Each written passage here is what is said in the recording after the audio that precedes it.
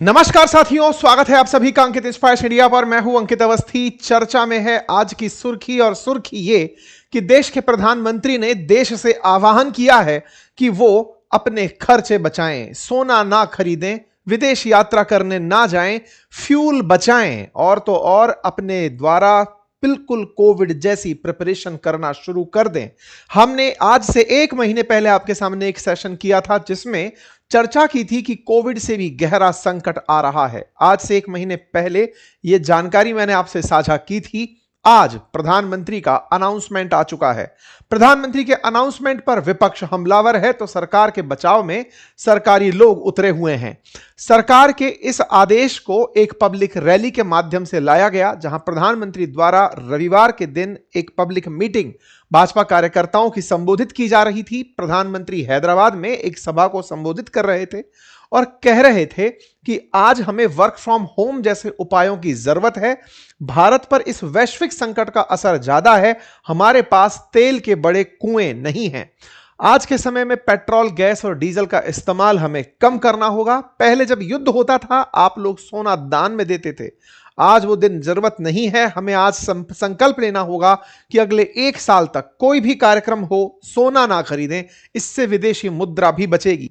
प्रधानमंत्री का यह पब्लिक अनाउंसमेंट था। प्रधानमंत्री के अनाउंसमेंट में जो मेजर बातें थी वो यही कि हमें विदेशी मुद्रा बचाने के प्रयास करने होंगे, क्योंकि जब हम सोना खरीदते हैं तो हमारा खरीदना जो है वो विश्व में डॉलर के रूप में जाता है।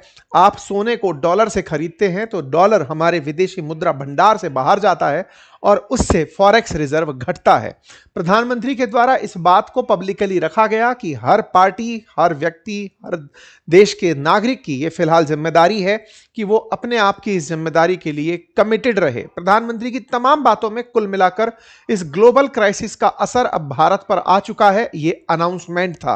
प्रधानमंत्री के इन अनाउंसमेंट्स को अगर एक पॉइंट में समझा जाए तो यही कि अगर भारत तेल खरीदता रहा, सोना खरीदता रहा तो विदेशी मुद्रा भंडार कम होता चला जाएगा। इससे बचने के लिए हमें तेल की खपत को कंट्रोल करना पड़ेगा, सोने को खरीदना कम करना पड़ेगा, विदेशी यात्राएं रोकनी पड़ेंगी, क्योंकि व्यक्ति जब विदेश यात्राओं पर जाता है तो देश से धन बाहर ले जाता है। ठीक ऐसे ही अगर हम सोना खरीदते हैं तो अपना डॉलर बाहर भेज देते हैं, अगर हम तेल खरीदते हैं तो उसका पेमेंट भी हम डॉलर में करते हैं। कुल मिलाकर के डॉलर देश से बाहर चला जाता है और इससे देश की अर्थव्यवस्था को असर पड़ता है। जब इस तरह के प्रधानमंत्री के द्वारा बयान हुए जिनमें 7 मुख्य बिंदु थे, काम को घर से करने का, गोल्ड खरीदने से रोकने का, पब्लिक ट्रांसपोर्ट यूज करने का, कुकिंग ऑयल जो है उसको कम यूज करने का, नेचुरल फार्मिंग की तरफ बढ़ने का, क्योंकि गल्फ कंट्रीज के थ्रू हमारा फर्टिलाइजर इंपोर्ट भी बाधित हुआ है, और साथ ही साथ स्वदेशी अपनाने का, ताकि विदेशी मुद्रा आप ना जमा कराएं, विदेशी मुद्रा बाहर देश से ना जाए, और विदेशी यात्रा रोकने का। प्रधानमंत्री के जो ये 7 देश से अपील थे, इन अपील को गृह मंत्री के द्वारा समर्थन दिया गया। वहीं विदेश के अंदर भी इस बात को कवर किया गया कि देश प्रधानमंत्री के द्वारा भारत की जनता को आह्वान दे दिया गया है। प्रधानमंत्री के इस आह्वान पर राहुल गांधी जी के द्वारा टिप्पणी आई और उन्होंने कहा कि मोदी जी कल जनता से त्याग मांगे, सोना मत खरीदो, ये मत खरीदो, ये उपदेश नहीं, नाकामी के सबूत हैं। 12 साल में देश को इस मुकाम पर ला दिया है कि जनता को बताना पड़ रहा है कि क्या खरीदें क्या ना खरीदें। देश चलाना अब कॉम्प्रोमाइज्ड पीएम के बस की बात नहीं है। राहुल गांधी जी का जो ये बयान था, इसके बाद बचाव में सोशल मीडिया की तरफ से अमित मालवीय जी उतरे और उन्होंने नेहरू जी की वही बातें पुरानी निकाल करके दे दी, जब उन्होंने कहा था कि जब युद्ध होता है तो उसका असर भारत पर महंगाई के रूप में पड़ता है।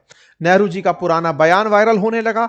चिदंबरम जी की 2013 में कही हुई टिप्पणी वायरल होने लगी, जब उन्होंने सोना खरीदने से देशवासियों को रोका था। ऐसे ही मनमोहन सिंह जी का बयान वायरल होने लगा कि पैसा पेड़ पर नहीं उगता है। यानी कि कांग्रेस के सत्ता के समय भी इस तरह के जब वैश्विक हालात बने थे, तब सरकारों के द्वारा जनता से ऐसी अपीलें की गई थी, वो सारे वीडियोस तैरने लगे। लाल बहादुर शास्त्री जी का नाम भी निकल कर आने लगा, जब उन्होंने जय जवान जय किसान का नारा दिया था और स्वैच्छिक उपवास की लोगों से रिक्वेस्ट की थी। कुल मिलाकर के अब दुनिया में चल रहे जो युद्ध हैं, उनका असर भारत पर आ रहा है। क्या चल रहा है आपसे छुपा हुआ नहीं है। अमेरिका और इजराइल का अब यह युद्ध, अमेरिका और ईरान का यह जो युद्ध है, अब आपके घर तक आ पहुंचा है। जिस तरह से ईरान ने स्ट्रेट ऑफ हॉर्मुज को ब्लॉक करके रखा हुआ है, 1700 से ज्यादा जहाज फारस की खाड़ी के अंदर फंसे हुए हैं, वो वहां से निकल नहीं पा रहे हैं और ईरान दिन पे दिन अपनी शर्तों को लेकर के ज्यादा जिद करता चला जा रहा है। ये बिल्कुल वैसी हरकत है, मैंने पिछले सेशन में भी आपसे कहा था कि ईरान अब अपनी जिद में पूरी दुनिया को उसका गुलाम बना रहा है। अपनी जिद के चलते स्ट्रेट ऑफ हॉर्मुज को रोककर जो वो बैठा हुआ है, उससे दुनिया पर इसका असर पड़ रहा है। एक तर्क ये जरूर है कि ये युद्ध अमेरिका और इजराइल ने ईरान पर हमला करके किया था, बदले में ईरान ने ये किया, लेकिन वास्तविकता ये है कि जब ईरान ने बदले में ये किया तो स्ट्रेट ऑफ हॉर्मुज कभी भी उसकी अपनी बपौती नहीं थी। उसने पूरी दुनिया के रास्ते को ब्लॉक कर दिया है। आज पूरी दुनिया उसकी वजह से तमाम प्रकार के स्ट्रगल से गुजर रही है। ऐसे में एक कायराना हरकत करना, जिसमें किसी व्यक्ति को, किसी एसेट को, किसी ऐसी चीज को जिसका युद्ध से कोई वास्ता नहीं है, उसे अपने पास में एक कब्जे की चीज बना करके उसका इस्तेमाल करना, यह बिल्कुल आतंकी तरह की हरकत कंसीडर की जा सकती है। आज जो ईरान कर रहा है, यह किसी भी एंगल पर अब दुनिया में एप्रिशिएट नहीं हो रहा है, क्योंकि अल्टीमेटली दुनिया के देश अब इससे प्रभावित होने लगे हैं। ट्रंप ने और इजराइल ने, यानी अमेरिका और इजराइल ने जो किया, वो उनके द्वारा किया गया एक रिएक्शन था, क्योंकि लगातार लंबे समय से Iran death to America, death to Israel कहता आ रहा था। ऐसे में अमेरिका और इजराइल ने मिलकर के ईरान के अंदर उस सत्ता को, जो अक्सर अमेरिका के खिलाफ बयानबाजी किया करती थी, उसे खत्म कर दिया। लेकिन उसके बदले में जो ईरान ने किया, वो पूरी दुनिया को बंधक बनाने का कार्य था, गल्फ कंट्रीज को निशाना बनाने का कार्य था।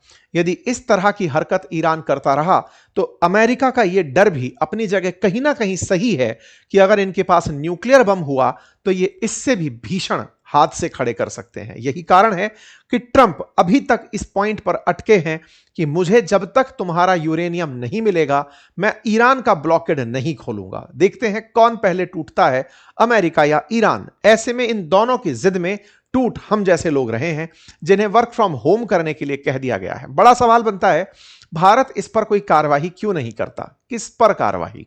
स्ट्रेट ऑफ हॉर्मुज के नाम पर भारत की कार्रवाई एक तरफा कार्रवाई नहीं हो सकती। जब अमेरिकी फोर्सेस मिलकर के भी, यूरोपियन फोर्सेस मिलकर के भी उस रास्ते को खुलवाने के लिए सहमति नहीं बना पा रही हैं, हर देश अपना अपना हित तलाश रहा है। आवश्यकता है कि यूनाइटेड नेशन इसमें इंटरफेयर करे, United nation security council straight of Hormuz को फ्री एंड फ्लोइंग रखे, यूएनएससी के प्रभाव से दुनिया के सारे देश मिलकर के स्ट्रेट ऑफ हॉर्मुज को खोलने का दबाव ईरान पर बनाएं, अन्यथा यूएन की फोर्सेस इस रास्ते को खुलवाने का प्रयास करें, तभी जाकर के ये रास्ता फ्री फ्लोइंग रहेगा। अन्यथा आने वाले समय में भी ईरान ऐसे ही स्ट्रेट ऑफ हॉर्मुज को अपने द्वारा बंधक बनाकर रखेगा।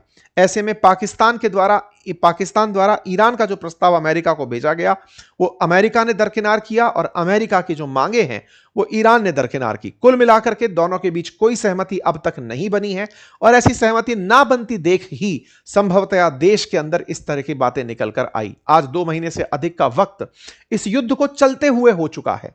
सोचा जा रहा था कि देश में 70 दिन का स्ट्रेटेजिक ऑयल रिजर्व है। 70 दिन के स्ट्रेटेजिक ऑयल रिजर्व से आने वाले समय में सारी परेशानियां रिजॉल्व हो जाएंगी। जैसे ही सहमति बनेगी, व्यवस्थाएं वापस चलने लगेंगी। लेकिन 2 महीने से ऊपर का समय, लगभग 2.5 महीने युद्ध के चलते हो चुके हैं। ऐसे में अब सारी की सारी चीजें अपने अंतिम पड़ाव तक पहुंचने लगी हैं। इसलिए देश को आह्वान सरकारों के द्वारा किया जा रहा है। ऐसे हालात बहुत पहले ही हमारे पड़ोसी देश पाकिस्तान, बांग्लादेश, श्रीलंका, इन सब जगह ऑलरेडी बन चुके हैं। आज से कम 15 दिन पहले ही ऑस्ट्रेलिया के पीएम भी अपने देशवासियों को संबोधित कर चुके हैं। सेम यही हालात ब्रिटेन के अंदर भी हो चुके हैं। मतलब दुनिया पूरी तरह से इससे प्रभावित हो रही है और अब इसका प्रभाव भारत तक आ पहुंचा है। साथियों, इसी बीच में एक बहुत बड़ा पॉइंट निकल कर आता है कि अगर हम विदेश ना जाएं, विदेश में इस तरह की यात्राएं ना करें, तो किस तरह से हम अर्निंग कर सकते हैं। निवेश के नाम पर अगर सोना ना खरीदें तो क्या कर सकते हैं। इसी समय पर आईएनडी मनी आपके सामने एक बेहतर ऑप्शन लेकर आता है और वो ऑप्शन है अमेरिकी स्टॉक्स में इन्वेस्ट करने का, कोरियन स्टॉक्स में, जापानीज स्टॉक्स में। यानी इंडिया के बाहर अगर कोई भी आपको एसेट स्टॉक ऐसा लगता है जो बेहतर परफॉर्म कर रहा है, आप उसमें यहां से बैठकर निवेश कर सकते हैं और उसकी बेहतर कीमत आने पर आप वापस उस पेमेंट को अपने देश के अंदर प्राप्त कर सकते हैं। यानी कि अगर डॉलर के प्राइसेस इंक्रीज हो रहे हैं तो ऐसे में उस लाभ को भी आप स्टॉक में ले सकते हैं। आप अपना इन्वेस्टमेंट जो करेंगे वो डॉलर के प्राइस बढ़ने से आपको लाभ में भी काउंट होता चला जाएगा। आप दुनिया के किसी भी स्टॉक को इस ऐप के थ्रू इन्वेस्टमेंट में इन्वेस्ट कर सकते हैं। और इस ऐप पर अकाउंट बनाना बड़ा सिंपल है, इसका लिंक कमेंट बॉक्स में दिया हुआ है। गवर्नमेंट रेगुलेटेड एप्लीकेशन है, प्रक्रिया है। आप यहां पर अपनी जो जरूरी जानकारियां हैं इंक्लूडिंग पैन कार्ड और अपनी जो भी पहचान जो ये मांगी जाती हैं उन्हें जाकर के आप यहां पर पिन करें। मैंने इस पूरे ऐप का लिंक कमेंट बॉक्स और डिस्क्रिप्शन में डाल दिया है। आप यहां से अकाउंट ओपन कर सकते हैं और यहां से बैठकर दुनिया के किसी भी बाजार में इन्वेस्ट कर सकते हैं। इसे इस तरह से समझें कि अगर आप यूएस के किसी स्टॉक में, लेट से अगर एनवीडिया की ही बात करें जो पिछले 1 साल के अंदर कई टाइम्स ज्यादा इन्वेस्टमेंट रिटर्न देकर के गया है, तो अगर आप उसमें लाख रुपए निवेश करते तो एक बड़ा अमाउंट आप 3 साल के अंदर रिटर्न के रूप में पाते। ये 3 साल में मिला हुआ रिटर्न ना केवल स्टॉक प्राइस बढ़ने पर होता बल्कि डॉलर के अंदर, यानी कि डॉलर जो मजबूत हुआ है रुपए के सामने, उसका लाभ भी आप लेकर लौटते। यानी कि कुल मिलाकर के आप अपने इन्वेस्टमेंट से रेवेन्यू बना करके लौट सकते हैं। तमाम प्रकार के ब्रांड्स में आप इस तरह का देख सकते हैं।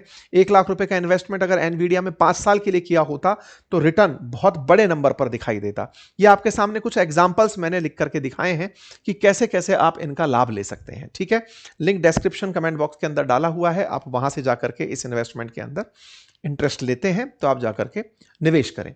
आइए साथियों, अब बड़ा सवाल यह बनता है कि ये जिस तरह की स्थितियां बन रही हैं ये आगे कहां जा रही हैं। आगे अमेरिका और ईरान के बीच में किसी तरह की बात ना बनना तेल की कीमतों को बढ़ा रहा है। लेबनान और इजराइल के बीच में जो इतने दिन से शांति चली आ रही थी कि चलो सब शांत हो जाएगा, वो शांति अशांति में बदलती दिख रही है।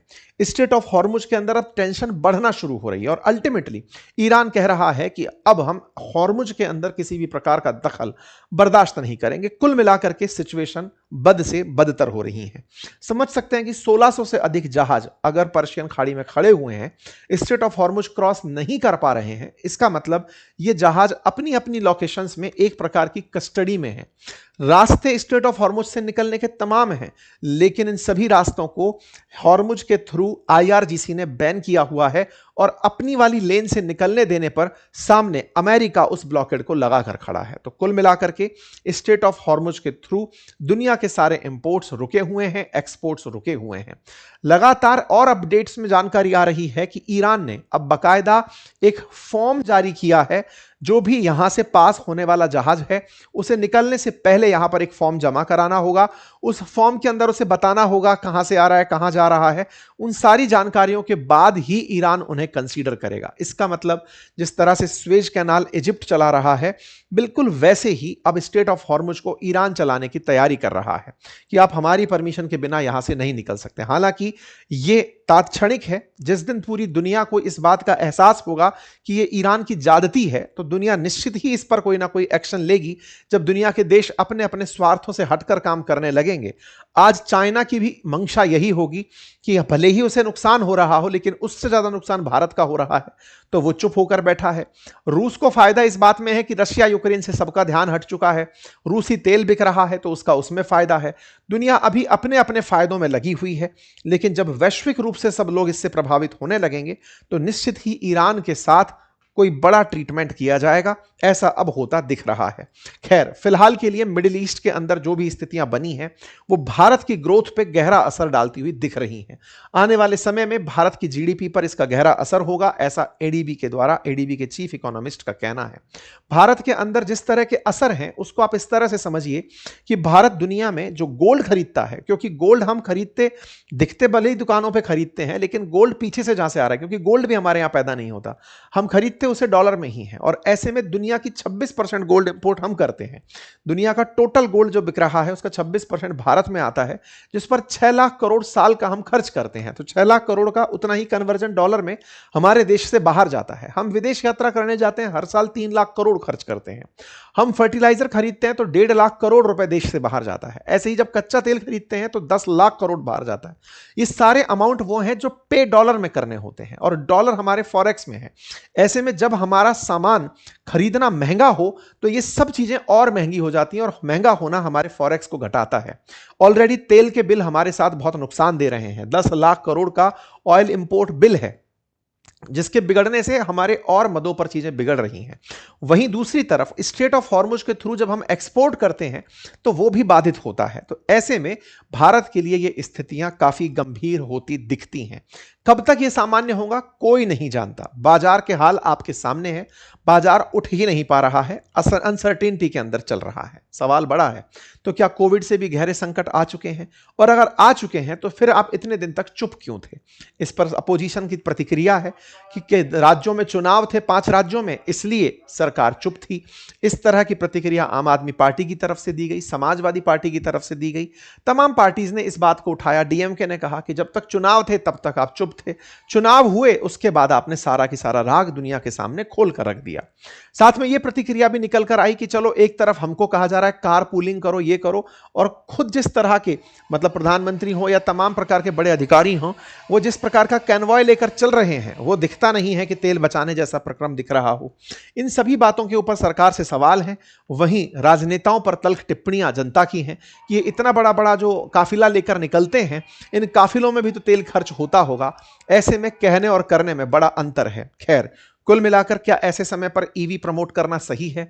एक मंत्री जी के द्वारा ईवी प्रमोट की जा रही है। क्या मध्यम वर्गीय इतना ज्यादा अमीर है कि आज चलो तेल नहीं खरीद पा रहे, आज चल के मंडी से ईवी खरीद लाते हैं? इतना आसान भी ये काम नहीं है। इसका मतलब जो आप जनता से कह रहे हैं वो करते हुए खुद भी दिखाई दें तो वो काफी प्रभावशाली होता है। जनता अब फर्टिलाइजर की जगह इस्तेमाल करने निकले कि चलो साहब आप ऑर्गेनिक खाद यूज करना शुरू करो, लेकिन सबसे बड़ा सवाल यह है कि उसकी उत्पादकता घटती है। उत्पादकता पर जो असर है उसका कंपनसेशन किस तरह से किसानों को मिलेगा? आप समझ सकते हैं कि आप ऐसे एफएमसीजी जो कंपनीज हैं जो रोजाना आप तक जरूरत के सोप साबुन ये सब पहुंचाती हैं, अब वो खुद प्राइस बढ़ाने की कह रही हैं क्योंकि उनके लिए भी ऑयल महंगा हो रहा है। तमाम प्रकार से जो व्यक्ति है, जो आज देश का आम नागरिक है, उस तक महंगाई ट्रांसफर होना शुरू हो चुका है। रही बात वर्क फ्रॉम होम देने की, तो कंपनीज वर्क फ्रॉम होम तो कर लेंगी, लेकिन सबसे बड़ी दिक्कत यह है कि उससे जो उनकी उत्पादकता घटेगी उसका असर किस तरह कैलकुलेट किया जाएगा? देश की निश्चित ही अर्थव्यवस्था पर इसका बड़ा नकारात्मक असर पड़ेगा। यही कारण है कि जब भी कोई जियोपॉलिटिकल घटना होती है, सवाल सरकारों से यही किया जाता है कि आज आप जो चुप बैठे हैं इसकी कीमत बहुत से लोगों को चुकानी पड़ेगी। सरकार के द्वारा ऐसे समय पर किसी प्रकार की मध्यस्थता का इनिशिएटिव ना लेना, देश के अंदर वेट एंड वॉच की पॉलिसी बनाए रखना, देश के द्वारा इंटरफेयर ना करना कि नहीं ऐसा मत करो। आज दुनिया के जो देश अपने अपने हितों को सोचकर बैठे हैं, आज उन सब देशों तक ये जो हालात हैं, आज आप जब ऑफिस ना जा पाएं, आप तेल की कीमत ऊंची चुकाएं, जब आप साबुन और सोडे के लिए ज्यादा पैसा खर्च करें, तो आप इसके लिए किसे जिम्मेदार ठहराएंगे? तो आंसर निकल कर आएगा उन देशों की सरकारों को जिन्हें नेतृत्व दिया गया था इंटरफेयर करने का, कि आप रोकें, इन्हें बोलकर टोकें कि नहीं आपकी ये दिक्कतें हम तक पहुंचेंगी। खैर, अब कुल मिलाकर जो भी है, अंतरराष्ट्रीय घटनाओं पर जब कई बार हम विश्लेषण करते हैं तो कई लोगों का तर्क होता है कि सर उन बाहर की दुनिया की चर्चा हमारे देश की खबरों के लिए क्यों की जा रही है? शायद समझ में आ जाए कि जब मैं विदेशों की चर्चा आप लोगों के सामने करता था, क्योंकि वो घटनाएं लौटकर आप तक आएंगी, देर से आएंगी, बस इतना सा असर हो सकता है।